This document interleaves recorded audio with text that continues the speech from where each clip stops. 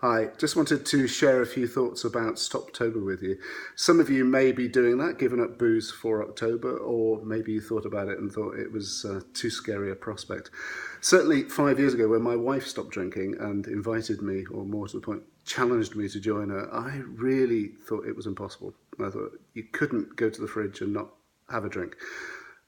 As parents, a lot of us end up in that kind of habit that while you don't particularly get drunk or ever get really over the top on it, you go to the fridge every night and it becomes your treat because you can't go out easily. You have to organise babysitters, and suddenly there's a bottle of wine in the fridge and you start having a glass. That was certainly my experience of it.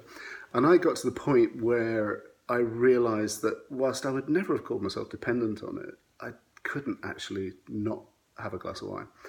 And so when I was challenged, I did think, I've got to give this a go. And the key difference, because I have tried before, was I read a book by a guy called Jason Vale and called Kick the Drink Easily.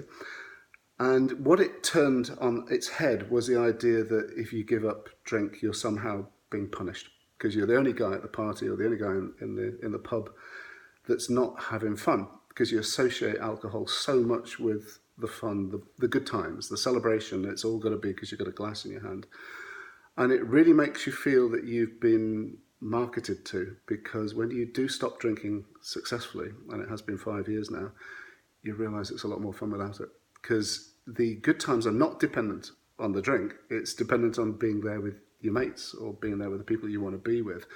And if you are currently struggling with Stoptober and wondering if you can see it through, or if you didn't do Stoptober and you think secretly that I'd quite like to do it, I cannot recommend it more highly. It has changed my life, and I'm confident if you gave it a really good go, it would change yours as well. Buy the Jason Vale book, it would really help you.